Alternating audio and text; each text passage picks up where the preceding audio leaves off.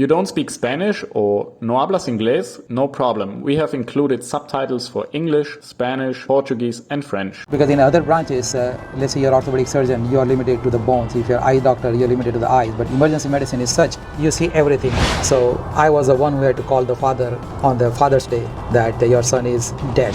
So I can keep myself detached from that. I know it's easy to say and from the emotional, I have an empathy, but I don't get myself drained emotionally. Even though somebody dies in front of me, I know how to handle that without getting myself drained into that. I see photography and videography as a way to document how I see the world. The way I take the picture, the way I take the video shows my way of seeing the world. So that is what I want to highlight, rather than just clicking random picture just for the Instagram. It's not I'm saying the life, but sometimes you make the decision that can impact somebody's life. If you love the field of medicine itself, but if you're coming just for the money, don't come in the medicine. Introvert or extrovert? Extrovert. Sex or chocolate? Nothing right now. Cat or dog? Nothing. Big city or small town life? Big city. Friends with benefits or a stable relationship? Both. Hawaii or Alaska? Hawaii. Backpacking or hotel? Both. Living forever or being able to teleport yourself? Nothing. Living right now, at this moment. My name is Rakesh Shah. I'm a medical doctor, emergency medicine. I was born in India and came to US in '98, and I've been practicing emergency medicine since then. And I live in Atlanta with my wife and 2 sons. It is a very interesting branch because you get to see the distance between the death and the life is very short. Sometimes things can flip and suddenly they can die.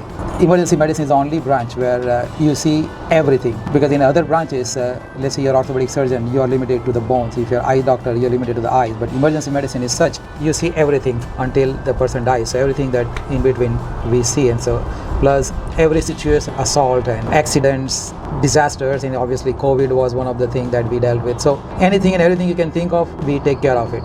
So that's very exciting for me. What have been the 3 most memorable patients that you had? I still remember that was June 19th, that was a Father's Day, almost 8-9 years ago. I was working in the ER and the ambulance brought a kid, and they were rafting, and the kid, the raft flipped and he was under the water. He basically drowned, and by the time they brought him to the ER, he was gone.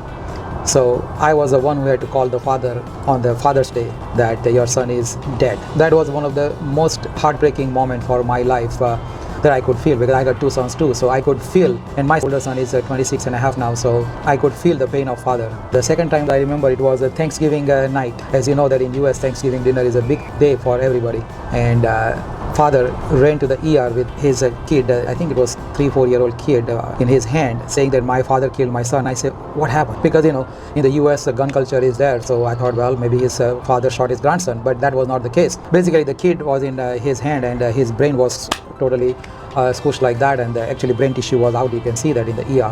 What happened is that the grandfather came for the Thanksgiving dinner, so they were backing off in their garage, and somehow that was evening, dark and cold weather, and the grandpa was backing off the car, and accidentally he ran the car, the younger kid, and the grandfather was so heartbroken, said that I killed my grandson, I killed my grandson. So third one was, there was a young female in her 40s, 43, 44 something, had a breast cancer, and the cancer had spread all over, and she came to the ER and she was gasping for air. So she called everybody, her family, her kids, and pastor and everybody, and say, you know what, just stay with me, and I'm going to take off soon, so just be with me. And that's what she did. And then she gradually passed away. She was still dying peacefully, because she thought that she had her family next to her kids next to her. It was very emotional to see somebody with that kind of peace. It's a very unique branch where you see everything. How do you cope with the stress, like daily, deadly? Well, I follow, I was born, one of the philosophy in the religion in Bhagavad Gita is called Sakshi Bhav, which is detachment. So I can keep myself detached from that. I know it's easy to say, and from the emotional, I have an empathy, but I don't get myself drained emotionally. Even though somebody dies in front of me, I know how to handle that without getting myself drained into that. And the second thing is that for me, medicine is a tool to create the life that I wanted to create. That is why I came to the US from India, and that is why I chose the medicine. I like languages, so I'm learning Spanish now, so my goal is to become a polyglot. I already know 3 languages fluently, so I'm going to keep adding the language, because when you learn a language, the whole world opens up to you. Andy, about video editing, because that is one of my passions, is the photography and the videography, because I see photography and videography as a way to document how I see the world. The way I take the picture, the way I take the video shows my way of seeing the world. So that is what I want to highlight, rather than just clicking random picture just for the Instagram. No, that gives me what you say, that will be still a stress. But obviously I meditate every day, I do the yoga. So those things does help me stay healthy, happy, helping people. That gives me so much excitement about the life. Would you study something different now if you would have the choice again? No, I'll still do the medicine. I love the medicine. So Okay. I wouldn't do anything else because I've been able to impact so many lives. It's not I'm saving the life, but sometimes you make the decision that can impact somebody's life. If you love the field of medicine itself, but if you're coming just for the money, don't come in the medicine. What have you learned about life from your medical experience? One day you are alive and next moment you can be dead. So this is the only moment I have, But there are times when you don't know what to do, because those two incidences I have no answer scientifically. So for me, healing is not just a conventional medicine like during the COVID time.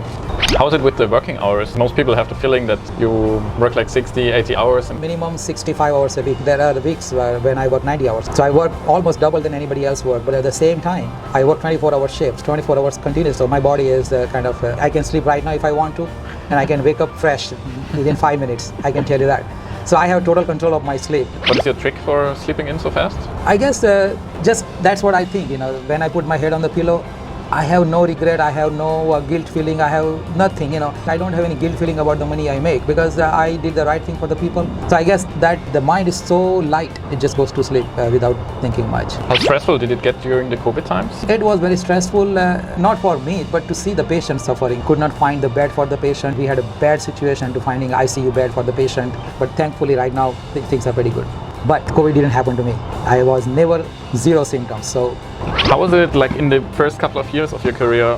Could you handle life and death so easily like now? it's a process. I understood what the death means and what to expect when somebody dies and things like that without feeling guilty about it, right? Because it's getting better now compared to what it was earlier.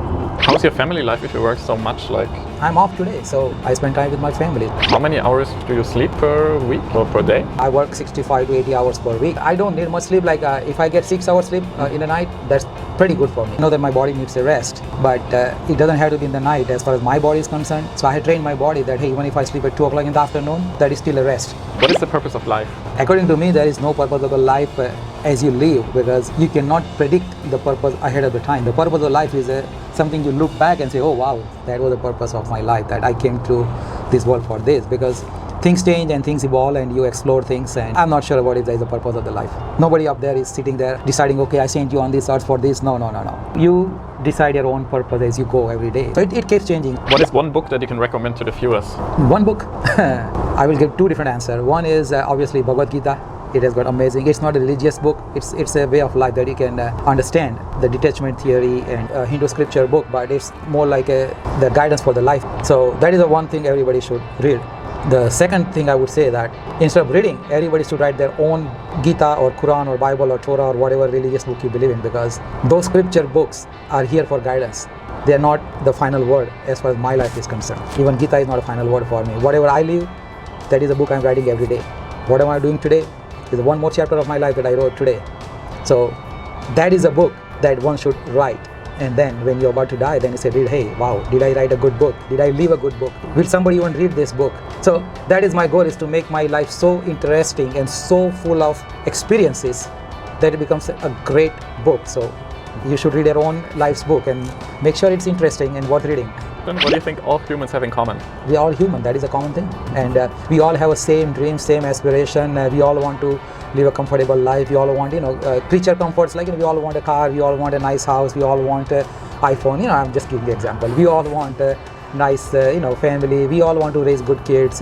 Overall, we all want a nice family where we can go back and, festival time, we can get together and have good time. And we want to travel and we want to see places. And, we want to just stay connected with the people. That's all we want. And after traveling so much, that's what we realize, that no matter what the color of your skin is, no matter what your accent is, no matter what your educational background is, everybody wants the same thing. Common people, like I have been to Pakistan, and India and Pakistan is a lot of rivalry, probably you know about it. But when I went to Pakistan, I had a best of the best experience. I still have great memories about Pakistan. I'm not saying that there are not problems there, but when you really meet the people, their level, you realize that they're all same, and 99.9% of people are good. There are only few people in the world which may not be good, but that's the way it is. So I assume everybody is nice, has a good intention, honest, unless they prove me reason to believe otherwise. So that's what we have all in common, is that we are all human. That's what my goal is, to connect with the people at the heart level. Thank you very much for watching this video. We hope you enjoyed it. If you want to see more videos like that, please subscribe to the channel by clicking on the logo.